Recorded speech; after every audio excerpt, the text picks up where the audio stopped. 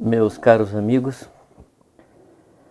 eu gostaria de dar início a uma palavra que vai ser exposta em 2 ou 3 vídeos, que gostaria de, neles, falar a respeito da fé. O título seria Fé em Tempos Difíceis. A palavra fala muito de fé, fala de tempo difícil. A palavra fala que nesse mundo nós teríamos aflição ou aflições, mas que nós tivéssemos bom ânimo. Falar de fé hoje é alguma coisa, parece que fora de moda, falando em termos de mundo moderno, porque o mundo está cheio de filosofias e raciocínios, de conclusões, de deduções, de muitas inferências, mas muito pouca coisa a respeito de fé. Parece que fé é um assunto que está fora de moda. Mesmo no seio da igreja, quando se fala de viver pela fé, isso significa que algumas pessoas especiais vivem de um modo diferente. Mas a palavra não fala de pessoas especiais. A palavra fala que nós, os servos de Deus, nós vivemos pela fé. A palavra diz que o justo viverá da sua fé, ou viverá por fé. Isso é o que diz a palavra. Mas antes de entrar no tema propriamente dito, eu queria citar uma frase de um irmão a quem eu admiro muito, que eu respeito muito, que é o irmão Augusto Nicodemos. Ele diz: Deus não prometeu uma viagem tranquila, prometeu uma chegada segura. Palavra muito sábia. Muito bem, nesses tempos difíceis, que pode ser agora, pode ser tempos que nós passamos antes, ou tempos que ainda nós vamos passar, é muito comum a gente perder o rumo, perder o tino, não saber para onde a gente vai. Por isso que a palavra de Deus nos exorta a nos apegarmos com mais diligência às verdades que temos ouvido, para que em tempo algum nos desviemos dela. Isso é o que está escrito em Hebreus, no capítulo 2. Ela fala para a gente apegar com firmeza ou com diligência aquilo que nós temos ouvido. Na navegação, seja por ar ou seja por água, quem navega sabe que existem correntes, tanto nas águas quanto nos ares, que podem desviar o barco ou o avião com facilidade. Por isso, tanto o piloto do avião como o timoneiro do barco, o capitão ou o piloto do barco, precisa estar muito atento ao rumo, à bússola, à direção que ele quer chegar. Mesmo aqueles que remam, barco a remo, precisa estar muito atento, porque não somente a corrente de água, como as correntes de vento, ou a própria força que se emprega no remo, maior que a força que se emprega em outro remo, tudo isso coopera para a gente perder o rumo. Há um escritor português chamado Fernando Pessoa, que ele faz uma citação, essa frase não é dele, é uma citação. Ele diz que navegar é preciso, morrer, ou viver, não é preciso. Preciso no sentido aqui de exatidão. Para navegar é necessário exatidão. Você saber onde você quer chegar. Para viver, basta nascer. Não tem que ser muito exato. Mas se você quiser chegar no lugar onde você estabeleceu como seu porto, como seu lugar de chegada, aí você precisa ser exato nos seus cálculos, precisa ser exato na sua força, precisa ser exato naquilo que você está fazendo, exato em relação às correntes e ficar atento para não se desviar. Nesses tempos difíceis, aparecem muitas vezes situações que quando a gente está nelas, a impressão que a gente tem é que não tem saída, não há nenhuma chance da gente escapar. Pois é nessa situação, ou são nessas situações como essas, é que Deus nos convida a uma posição de fé, como alguns homens do passado tiveram, por exemplo, Jó. Eu quero falar um pouco sobre Jó, quero falar um pouco sobre Paulo, que são homens que passaram por lutas muito difíceis. Todos nós conhecemos as lutas pelas quais diversos servos do Senhor passaram. Hebreus capítulo 11 mostra-lhe uma lista de pessoas cheias de lutas, cheias de situações pelas quais eles tiveram que passar e permaneceram firmes. Paulo e Jó são referências para nós. Eles tiveram um bom testemunho diante de Deus. Mas antes de falar deles, eu gostaria de falar algo baseado na palavra saber. É uma palavra que se emprega muito, mas a palavra saber, ela tem a mesma origem, a mesma raiz da palavra sabor. Elas duas têm o mesmo sentido.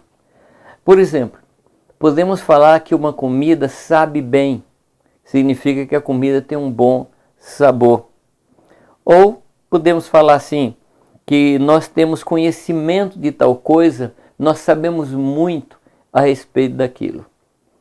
Num contexto, a palavra saber, ela fala a respeito do nosso olfato, fala a respeito do nosso paladar, mas no outro contexto, a palavra saber, ela fala a respeito de informação, fala de coisas que nós fomos acumulamos informação, e aí a gente pega isso que chegou na nossa mente, e aí a gente fica sabendo a respeito de um assunto, a respeito de uma notícia, a respeito de alguma coisa.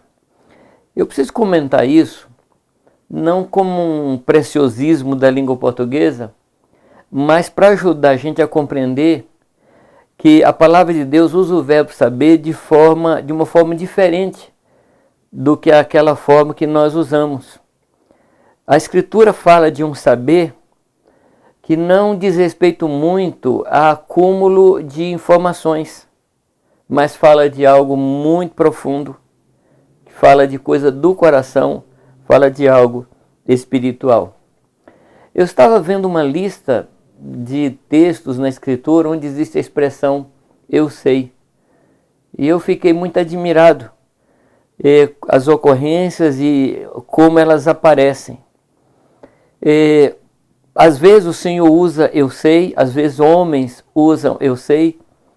E quando Deus fala eu sei, Ele não está falando de um fato, de uma situação, sobre o que Ele teve alguma informação. Ele está falando de algo que Ele sabe interiormente, porque Ele é onisciente. Então o saber dele não diz respeito a algo que veio de fora para dentro de si. É alguma coisa que está nele. Por exemplo, em Êxodo 3,19, quando Deus está conversando com Moisés, ele diz, eu sei, porém, que o rei do Egito não vos deixará ir se não for obrigado por mão forte. Ele está dizendo, eu sei. Depois, em Êxodo 9,30, é Moisés que está dizendo, eu sei. Moisés, numa conversa com o faraó, ele diz assim, quanto a ti, porém, e aos teus oficiais, eu sei que ainda não temeis ao Senhor. Ora, Deus fala, eu sei, e Moisés também fala, eu sei. A mesma palavra. Aparentemente, é a mesma coisa. Mas como eu disse antes, esse eu sei de Deus não é uma informação de algo que sucedeu. Porque nesse caso, o que Deus está falando é uma situação futura. Então Deus sabe o futuro. Deus sabe a situação. Porque Ele vê tudo. No caso de Moisés, quando ele diz eu sei, ele sabe porque ele tinha informação a respeito das pessoas e do ambiente. Ele tinha vivido naquele contexto. Faraó era um irmão para ele. Eles foram criados juntos. Aqueles oficiais eram contemporâneos. Então ele conhecia aquelas pessoas. Então ele fala baseado em informação. São as mesmas palavras, mas existe então uma diferença entre um sei e o outro eu sei. Quando Moisés fala, eu sei, então, ele fala de conhecimento daquela situação. Mas quando Deus fala, eu sei, ele não tem nenhum fato presente no qual possa buscar informações para então chegar a uma conclusão. Pois quem informou a ele? Esse eu sei de Deus está baseado no fato de que o Senhor tem uma percepção que ultrapassa o que se vê naturalmente. Aqui nós estamos entrando num campo que é o campo da fé. Vamos lembrar o que Hebreus fala, Hebreus capítulo 11, versículo 1. Ele diz que a fé é a certeza de coisas que se esperam e a convicção de fatos que se não veem. No versículo 3, ele usa uma outra palavra que é ligada a isso. Ele diz, pela fé, 11:3, pela fé entendemos que o universo formado pela palavra de Deus, de maneira que o visível veio a existir das coisas que não aparecem. Olha, ele diz aqui, pela fé entendemos. Agora, de onde veio esse entendimento? De onde veio essa compreensão? Pois, quem é que estava lá na hora que Deus formou todas as coisas? Então, esse entender aqui, e essa certeza de coisas que se esperam, essa convicção de fatos que não se veem, não vem de informações naturais, não vem de percepções naturais, é um outro campo. Isso se chama fé. Tanto no versículo 1, como no versículo 3, o escritor aos Hebreus nos chama para um nível que foge do natural. Pois como posso ter certeza de coisas que eu espero ou convicção de fatos que eu não vejo? Como posso entender que o universo foi formado pela palavra de Deus? A minha mente natural, ela precisa de coisas concretas, sabidas, captadas na medida da minha caminhada e que tenham uma lógica que me seja confortável. Eu preciso disso. Nós somos assim. Se alguma coisa é apresentada a nós e que não responde a todas as indagações da nossa mente, é muito difícil aceitar. A única forma de agradar a Deus é vivendo por fé na obra de graça do Senhor Jesus. Confiar no que Jesus fez na cruz traz honra ao Senhor. A vida somente pode ser vivida pela fé no poder do Espírito Santo. Não fomos salvos por obras, fomos salvos pela fé no Filho de Deus. Está escrito em Efésios 2:8. Porque pela graça sois salvos, mediante a fé. Isso não vem de vós, é dom de Deus, não de obras, para que ninguém se glorie. Há um texto na palavra que me chama a atenção. Está em Marcos capítulo 6, quando o Senhor faz a multiplicação dos pães, e essa multiplicação é feita pelas mãos dos seus discípulos. Mas Jesus depois, a palavra diz que eles não haviam compreendido. Versículo 52 diz, eles não haviam compreendido o milagre dos pães, antes o seu coração estava endurecido. Aqui mais uma palavra interessante. A palavra compreender, ela expressa algo muito importante. Os discípulos não possuíam dados para criar um pensamento completo sobre aquela multiplicação. Por exemplo, como se multiplica a célula do trigo, como é que foi o processo da multiplicação da célula para que crescesse e multiplicasse o pão nas mãos deles. Nas mãos, eles não tinham essa informação. Eles não compreenderam. Ora, pela situação normal, a tendência do pão, na medida que é distribuído e comido, ele desaparece, ele acaba. Mas não foi assim naquele caso. Na medida que eles repartiam e davam às pessoas, o pão não ia acabando, o pão não ia terminando. Aqui na minha compreensão, algumas coisas nas quais nós precisamos pensar. Primeiro, o dia havia sido muito difícil. E no cansaço, o nosso coração começa a se afastar dos outros e de coisas que existem uma postura mais espiritual. Não queremos pensar muito, não queremos nos cansar tentando entender as coisas. O cansaço pode endurecer ou entorpecer o coração. Outra coisa que precisamos lembrar é que a palavra compreender tem um sentido de abranger, de abarcar, de trazer tudo para dentro de um limite, trazer para a mente a compreensão de tudo que havia acontecido. Mas, amados, um milagre não dá para trazer para dentro da mente. Não pode ser tratado no nível da mente. Ainda que eles tivessem sido instrumentos do milagre, aquele milagre não entrou dentro deles. Eles não trouxeram para dentro de si aquele acontecimento. Não tiveram a percepção espiritual de que ele estava ali no meio de um acontecimento que iria ser testemunha do poder e da bondade de Deus. De alguma forma, para eles, era um acontecimento natural. O Senhor Jesus resolveu dar pão e deu pão, e eles não pensaram mais nisso. Eles não pararam para perceber que o pão não acabava. Eles não perceberam a transcendência daquele momento. Não compreenderam, ou seja, não perceberam a dimensão de tudo que acontecia. Será que não é por isso, amados, que Deus manda a gente reconhecer a Ele em todos os nossos caminhos? Será que não é por isso? Será que Deus não quer que a gente entenda que Deus está conosco o tempo todo? Eu entendo que é isso, amados. Que nós precisamos reconhecer ao Senhor em tudo aquilo que Deus faz. Aprender a ver a mão de Deus. Queridos, não existe acaso na vida de um cristão. Não existe acaso. Existem coisas que Deus faz acontecer. Não existe aquela coisa do destino. Não existe.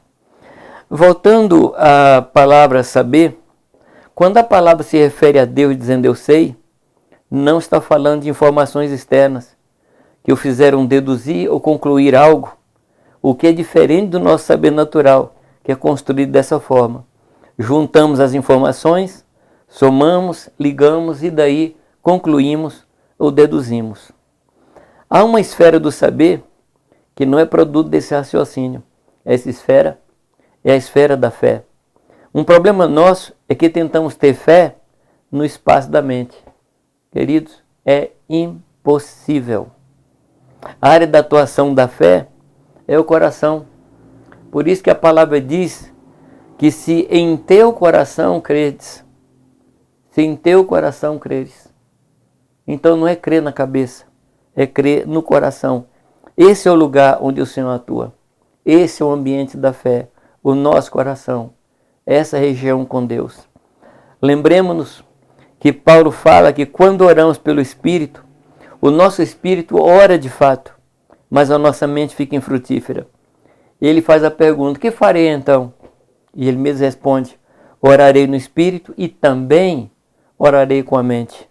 Aqui são dois canais, duas esferas, dois ambientes. A mente é o local do armazenamento das informações naturais, das deduções, das hipóteses, das inferências, e ela precisa ser subjugada ao meu espírito, que é o ponto de contato com o Espírito Santo.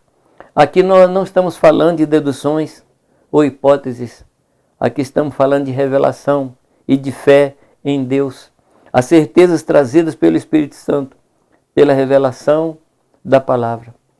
O Senhor que falou, eu sei que Faraó não vai deixar o povo sair, falava não porque tinha tido uma informação, nem por dedução, mas por causa da sua capacidade de saber tudo. Ele é onisciente, ele sabe tudo. Não importa se é passado, se é presente ou se é no futuro, ele vê tudo. Quando começamos a perceber isso, começamos a ver como Deus vê. Podemos chamar isso de visão profética, que é a capacidade de ver aquilo que o Senhor está vendo. Sem esse tipo de percepção, sem essa visão, é impossível agradar a Deus, exatamente porque não conseguiremos viver no seu nível. Esse nível é o lugar das coisas realmente concretas, não concretas segundo o que fomos ensinados a vida inteira. Quer dizer que concreto é o que podemos tocar e ver, as coisas que podemos ver com nossos olhos naturais. Esse não é o concreto de Deus. A palavra chama de temporal aquilo que se vê. 2 Coríntios 4,18 diz, não atentando nas coisas que se veem, mas nas que se não veem, porque as que se veem são temporais e as que se veem são eternas. Deus, por sua infinita misericórdia, diz ao nosso respeito que Ele sabe os pensamentos que Ele tem ao nosso respeito. Jeremias 29:11 diz assim: porque eu bem sei os pensamentos que penso de vós, diz o Senhor, pensamentos de paz e não de mal, para vos dar o fim que esperais. Que Deus abençoe. Vamos prosseguir num outro vídeo, em outro momento.